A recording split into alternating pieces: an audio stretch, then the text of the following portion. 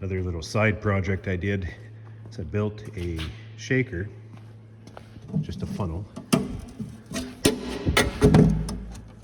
And the idea behind this is throughout the later part of the season to collect my bulk bees.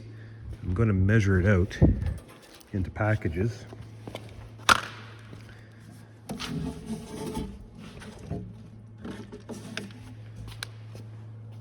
Ta-da!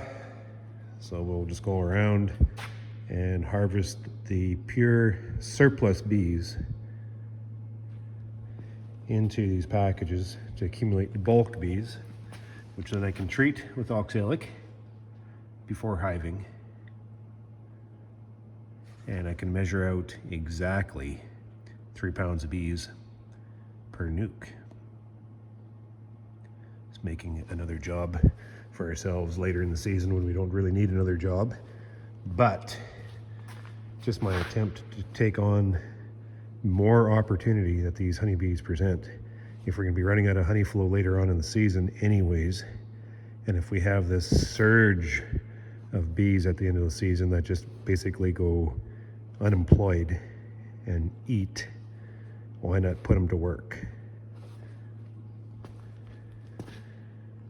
So I'm going to get a scale just so we can measure things out exactly. And then as the end of the season progresses, you know, that question of whether or not we put that last box on or we don't put that last box on, well, that last box will automatically go on.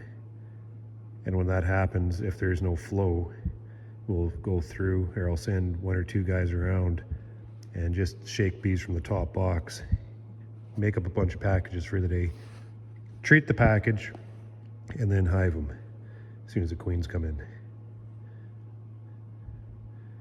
It's just crazy enough it might work.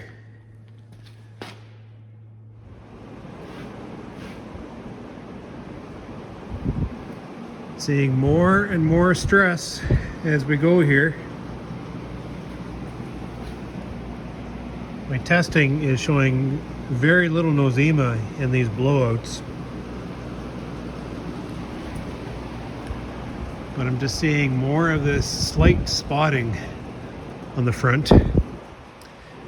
The girls have to get out. That's all there is to it. Slight spotting everywhere now.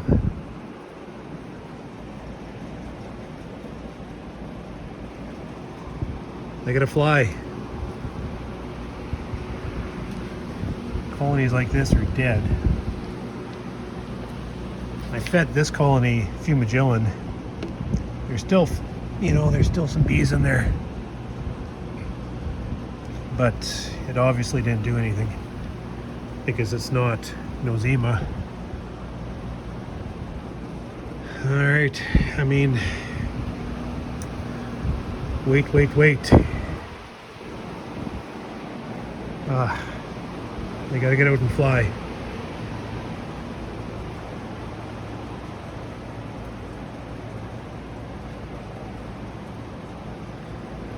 Well, the good news is this colony that supposedly starved out on me is still alive now.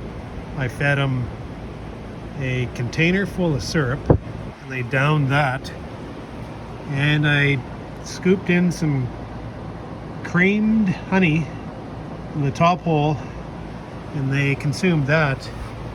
And by the looks of the cluster, I still have 7 frames of bees in there, so they're hanging on by a thread,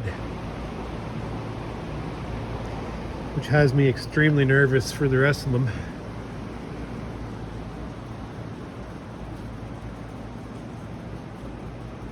But I'm not so much concerned about the starvation. I'm more so concerned about the spotting I'm seeing everywhere. They must get out. 8 o'clock and it's still light outside. That is my cue. So I'm putting in a little bit longer days now. finished the wiring.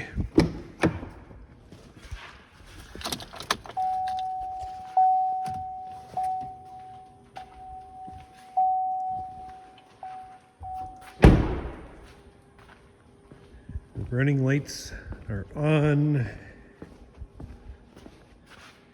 Tail lights are good. Now all I have to do is secure the deck to the chassis. I'm going to put a piece of 2x4 in between here. And that, I mean, this is something I could change if I decided, but I'm going to put a traded piece of 2x4 in here for now until I figure I need something different. And then secure this deck onto the chassis and then this deck up on top.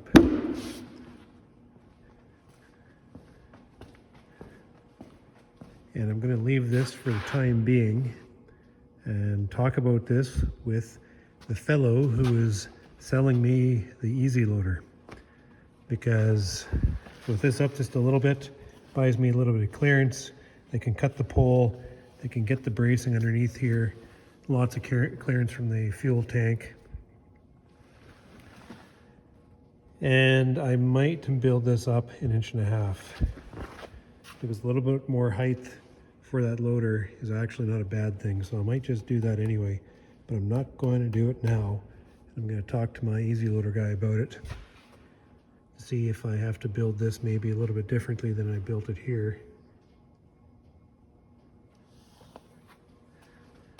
But yeah, if I could just keep at this project, I would be done already, but I get distracted with other things going on. To get this deck on, it's going to take no time at all, and then I'm going to take this for a test run on Wednesday to pick up some bee supplies. And I'm going to get the final touches down on that truck. I have a switch to change out and my loader cable. I'm changing that. Fill up the tanks, and probably by the end of the week I'm going to load this truck full of bees, back it into the winter shed, and wait. This weekend I might pull the trigger.